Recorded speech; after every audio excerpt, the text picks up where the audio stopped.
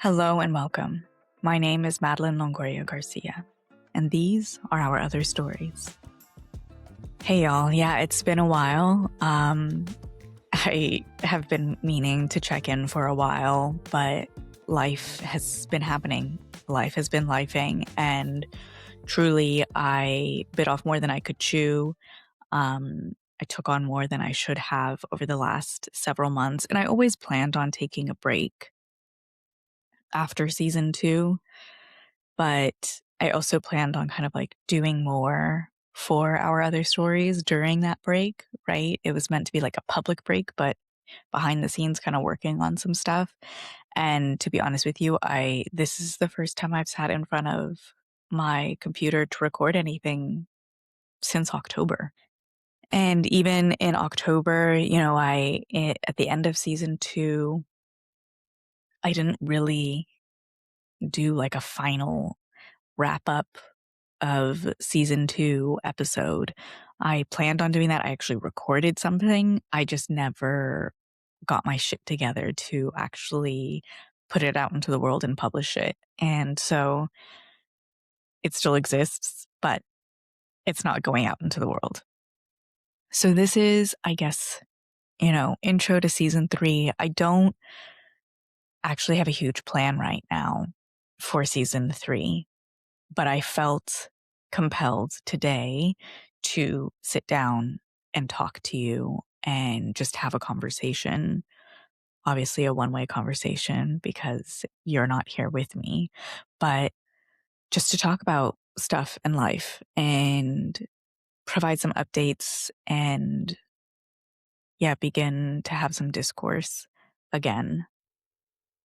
So here we are, the end of January, and it's been then more than 3 months since I've sat in front of this microphone to record an episode for you all.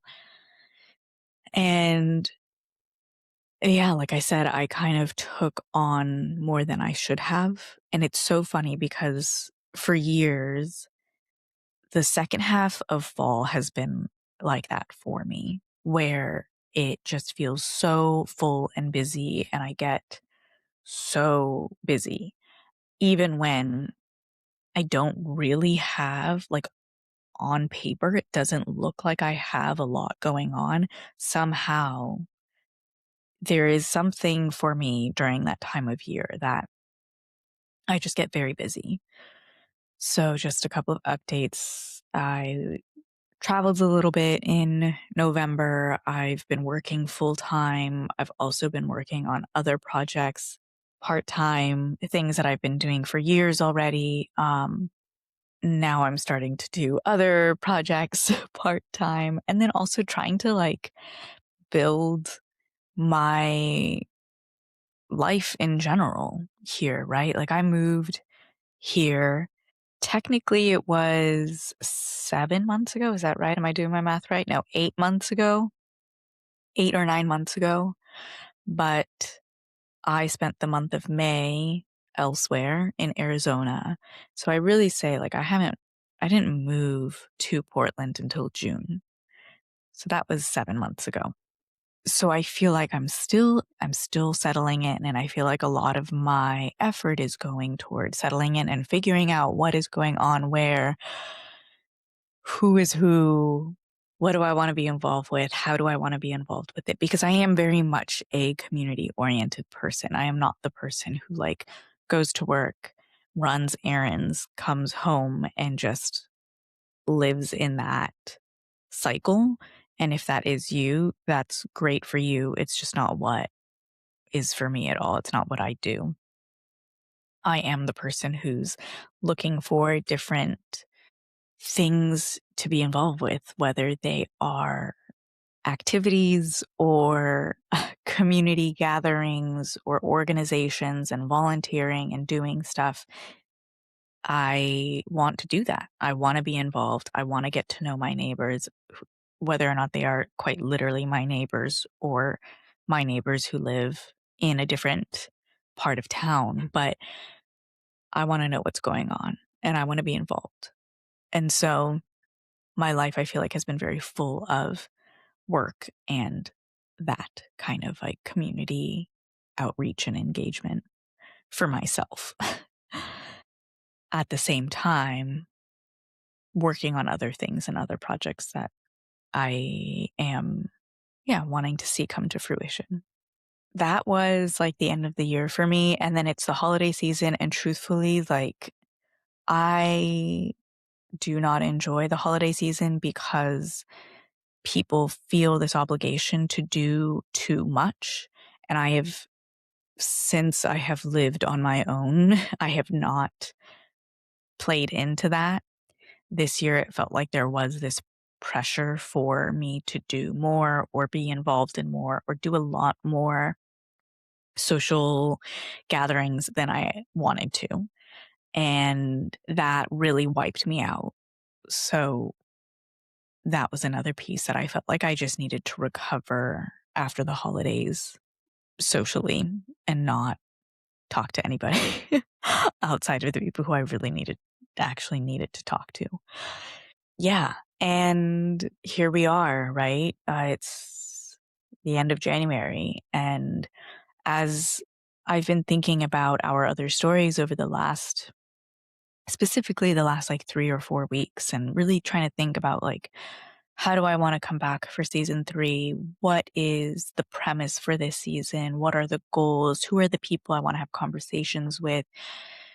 I had an idea, and then up until this week, that's what I was going to do. And then this week, I'm just like, you know what? I think I need to pivot again because there's so much happening in the world right now. And this has also been part of my whole thought process of when do I come back to recording our other stories? When do I launch a new season? How do I do this? What kind of conversations are we having? Who is coming on to share their other stories? And, I see what's going on, and it has felt kind of conflicting of like, is this right? Is this the right time to be doing this? Is this the right thing to be doing in this time? And I do come back to, yes, absolutely, because we need to continue sharing our humanity with each other. We need to continue sharing who we are with the world. And that is part of resisting what is happening right now, because what is happening right now is a concerted effort to dehumanize a huge population of people. And the people who are carrying that out are finding some success in that, right? I was listening to Paola Ramos, who has been mentioned on this podcast before, by Matt. But in his episode, he had read one of her books. And she was talking about the use of disgust in how the folks who are perpetrating violence right now have been well trained in disgust and seeing disgust in other people. Because once you are disgusted by another group of people, that is the beginning of the process of dehumanizing them. You no longer see them as human beings because you are disgusted by them. And this is a brainwashing technique. And when she was talking about this, I was like, 100% this is what's happening. And it made me remember, like, I've thought about this before. This is why this is how our other stories really came to being, is because I saw that there has been this really organized, concerted effort to dehumanize other human beings. And this is one small way for me to resist that, and for me to encourage people to continue seeing the human in their neighbors, to continue seeing the human in strangers who they pass. This is why I use the word sonder, to describe this podcast, that it has been inspired by Sonder. This idea that we have no understanding of how complex and full the lives are of the strangers who we pass every single day, whether you're driving past them on the road or you're walking past them down the street in your neighborhood or you are brushing against them in the airport. Like, everybody is living a vivid and full and complex life that is deserving of humanity. And we have no idea what that is like, and that's okay. But can we maybe then take that realization and remember the humanity in every single one of those people? And that is being stripped away right now from a group of people who are inflicting a lot of violence, killing people, and they've been brainwashed. And they have lost that curiosity. They have lost that humanity. And it is a symptom of, it is a result of the industrial military complex. And this is something that I remember researching years ago as a college student in one of my classes. I got my degree in business and leadership. And I don't remember what class this was for, but I remember writing this paper on how the military had changed their training tactics after, I think it was after World War II, if I'm remembering correctly. I cannot specifically remember which war, but their target practice, instead of them just being these round targets, these circles that people were shooting at, they changed the shape to look like humans. And when you do that, you desensitize humans to inflicting violence against other humans. You desensitize them to killing other humans. And so what they saw when this small but very significant change was made in training is that the rate at which shots were fired in following wars increased multiple times over. I do not remember the statistics of this, but I remember researching this and reading about it and being like, this is brainwashing. And this is, again, the beginning of the process of dehumanizing people, because you see this figure that is human shaped and you are being trained to kill it. And so when you see a real human in front of you and you have been trained to kill them, and you can do so with little to no remorse and little to no hesitation. So when I see the violence that's playing out right now, I see that link happening, and I also see the link to these insane video games that personally I have rarely been exposed to. But in the time that I have been exposed to them, I have immediately been like, this is how people are okay with doing the things that they're doing and inflicting the violence that they are currently inflicting and killing people point blank, shooting them in the back. And so I think about all of these things and I question regularly, is a project like Our Other Stories worth my energy and time? Should I be doing something different? And I'm able to come back every time to, yes, it is worth it, because this creates real human connection. These conversations that I have here, the people who share different parts of them. People have come back to me after these episodes and been like, damn, I've never talked about that before. Or I've never shared so openly about that thing before. And now I am inspired to share more of this. Now I'm being asked by somebody else to talk about this more, to go speak at this event or be a guest on this other podcast, or just share more, because it is that human connection that we need so that we can remind ourselves of what we all have in common and how we are all connected in these various ways. And I see what's going on in the Midwest, and like, who fucking knew that the Midwest would be leading the charge in building this huge movement of resistance?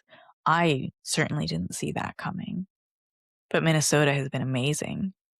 And it is this conflicted feeling, right? Where it's amazing to see this community come together and build such strong systems and structures and protect each other, protect strangers, and find community. And it's because of this insane, terrible violence that is being forced upon them.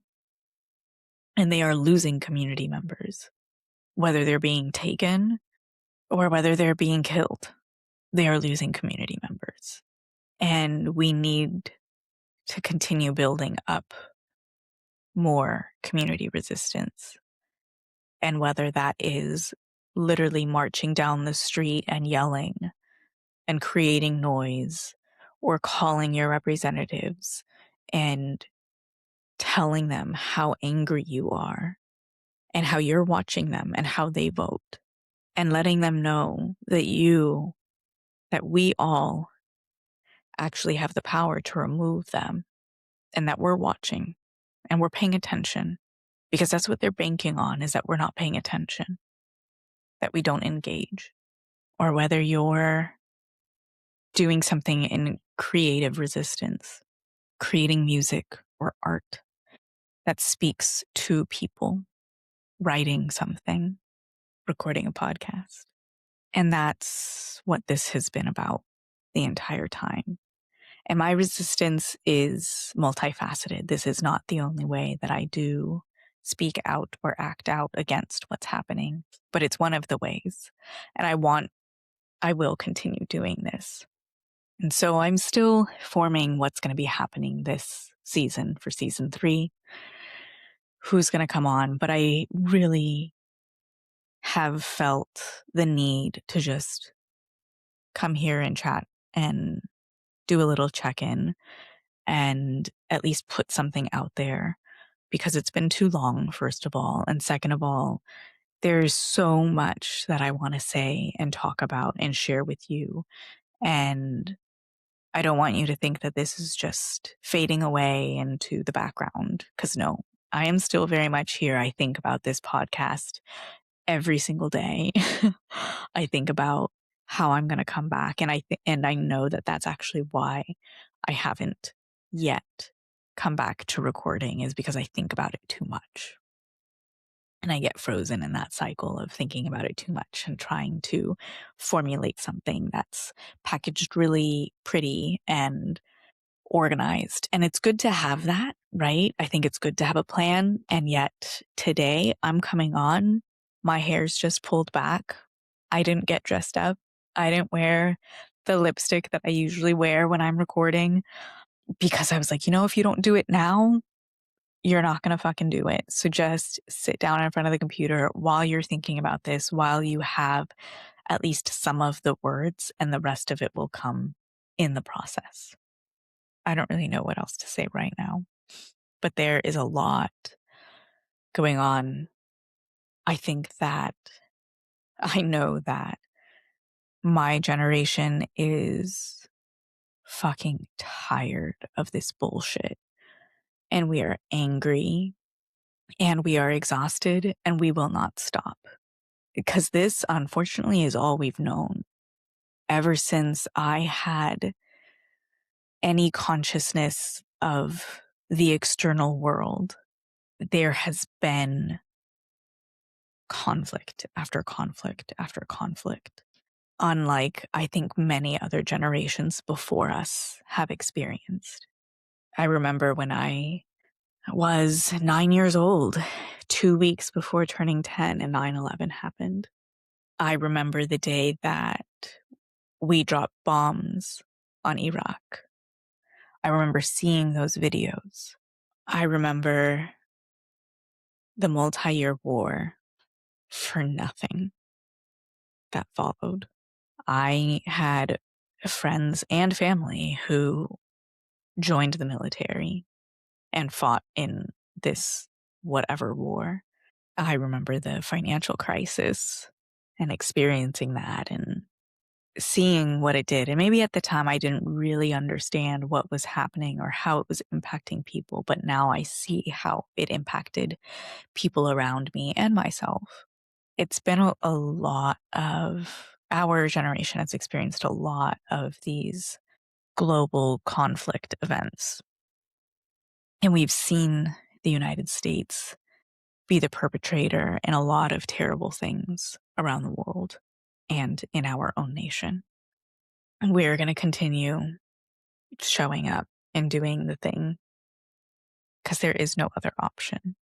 And one of the other things I've been thinking about recently, is this idea of how we kind of band together around different issues, whether or not they are directly impacting us, whether or not we quote unquote need to do anything or say anything, right? That's one of the beautiful things about these movements is we're doing it just for the humanity of each other.